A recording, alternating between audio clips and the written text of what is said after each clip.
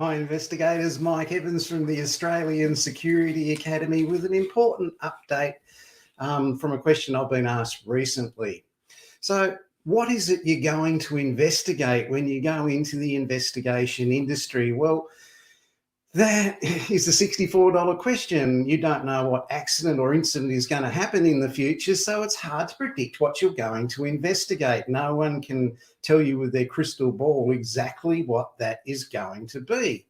So when people come into this, they come into it thinking that, oh, yes, I'm going to investigate fraud, or I'm going to investigate cults, or I'm going to investigate sexploitation or inappropriate behaviour or bullying, whatever it might be. So today I'm going to run through some examples in relation to what you might investigate, whether it's corporate, government or private investigation.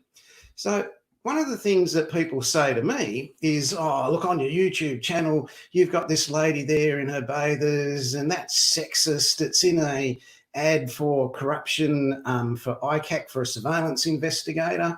Yeah, well, that's great. You know, you can think that and you can say that. But I also have another picture on the YouTube channel that I've got that looks like this. Nobody's written to me emails or anything else or comments and says that's sexist. This is actually what you're looking at is actually the best video of the 460 I've got on my YouTube channel. So let's have a look at it. O Orlando tira a calça com a cueca dentro. Por que não tira a cueca dentro da calça? Ele fica 5 dias com a mesma cueca. Sabe, a Maria tá ganhando 10 euros. 10 euros pra limpar? Tá trabalhando depois do expediente. Não.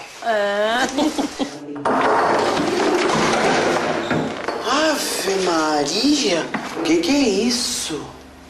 Esses demônios dessas crianças fizeram festa aqui de novo. Se os pais soubessem, tanto dinheiro e tão mau gosto pra música.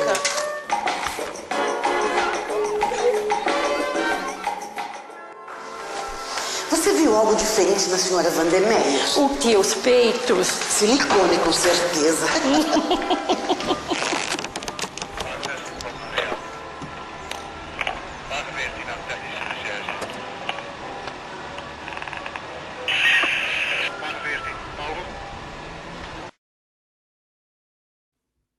Have to be the best ad on YouTube as far as investigations go. It's the beauty of that one.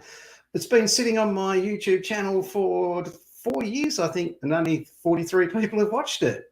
So never judge a book by its cover in relation to the value of it. Without a sense of humour, people, you will go insane very quickly as a licensed investigator, corporate investigator or government investigator. So let's jump straight into it and have a look at what government investigators might do. What are they going to investigate? It's one of my most frequently asked questions. What will you investigate as an investigator in Australia?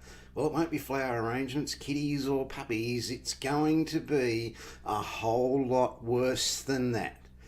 Being an investigator is going to involve investigating things where people have transgressed a compliance or a law or an issue.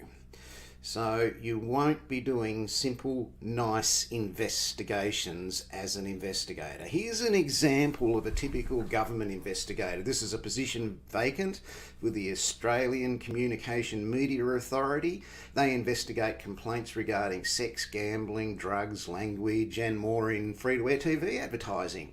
So when there's a complaint, these people have to go in and find out about it. In 2017, the most complained about TV commercial was an Ultratune one where two ladies were driving along in their car, it caught fire, and they used fire extinguishers to put the fire out. There were 359 complaints about that advertisement in 2017. All of those complainants had to be interviewed and a report had to be made to advertising standards in relation to it. Ultimately, the complaints were dismissed. You're the investigator, you don't go into that, you just investigate it and report that the decisions are made by an advertising board separate from the investigation. The investigation may be shared with other government departments. So all right, so that's a typical Australian media Media Communications Authority investigation in relation to complaints about a sexist ad made by Ultratune in 2017. So they had over 317 complaints at the time about that. Now, Ultratune realised that they were getting a lot of attention really quickly, so they upped the ante. And this year in 2020, they exceeded themselves, and they've attracted so far, and we're only halfway through the year, 317 complaints. Let's have a look at how that worked. It's one of my most frequently. Here's a 2020 version of 309 complaints so far to June in 2020 about this Ultratune ad starring Pamela Anderson.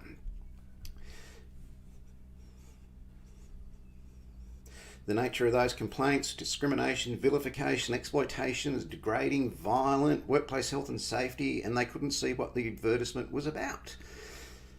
So the investigator had to go out and interview the complainants. Here are real examples. You can stop the video at this point and see 4 real examples of complaints about this commercial that went to free-to-air TV. Ultimately, the complaints were dismissed. So they were not upheld, and you can see the case. You can Google the case. Just stop the video right there and Google that case and find out all about it. As a code of conduct investigator, you are going to see graphic emails and texts and messages. They're going to have horrific images of children, animals, that sort of thing. You've got to be prepared for this as an investigator. You can't take the moral high ground. Every day you don't investigate a fatality of an infant, child or elder abuse, an accident made a person a vegetable in hospital, cruelty to the defenceless, or taken a statement from a grieving parent over their bullied adult child. Suicide is a good day. So be prepared to be involved in difficult investigations as an Australian corporate, government or private investigator.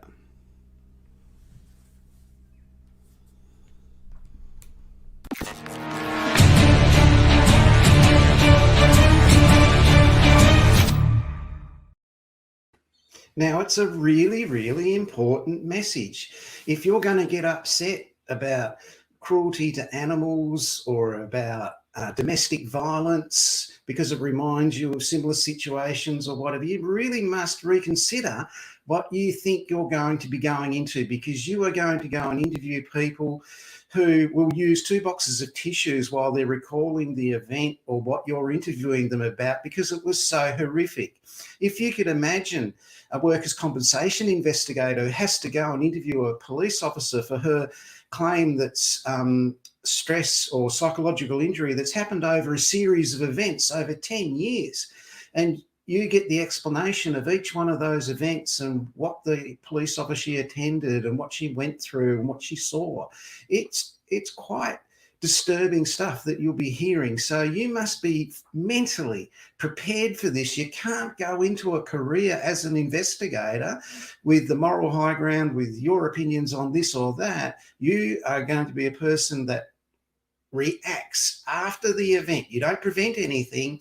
You go and establish the facts after the event. And these are highly emotional situations. So my message today is think about what you are going to investigate. If you can't handle the things that you might have to investigate, and I've alluded to it earlier in our first ever live stream video, where loss adjusters that went to the floods in northern Queensland were interviewing people who'd lost children. They were fatalities in the floods. They couldn't handle the interviews, and the loss adjusters ran out of the room in tears. Now, that left the claimant there losing twice, once during the interview and previously having lost a relative or a child in those floods. So you must be able to follow through with what you're going to do. You're going to be putting together the last 3 weeks of someone's life in some stages. I've done that, and my manager's come up to me and said, well, what did you think about that?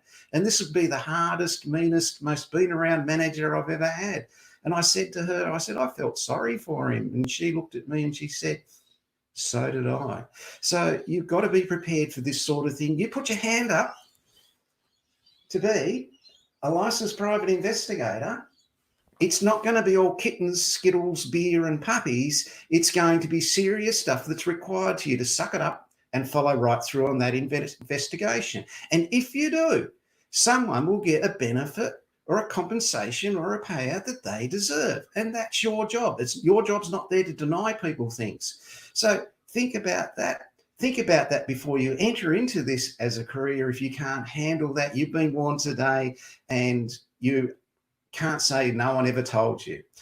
It's great fun being an investigator. You will really enjoy it. No 2 days are the same. And as you saw at the start of this video, MJM in New South Wales, they are seeking workers' compensation investigators and CTP liability, that's compulsory third-party liability investigators, to conduct factual investigations in New South Wales.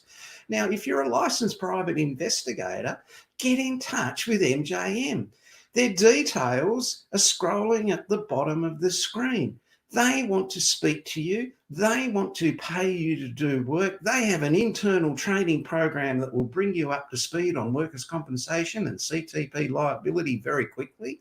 So if you're experienced or if you're emerging, get in touch with MJM. We'll have more news on this on Friday in our weekly Friday wrap-up of what's happened in the investigation industry this week in Australia. But until then, I'm Mike Evans from the Australian Security Academy.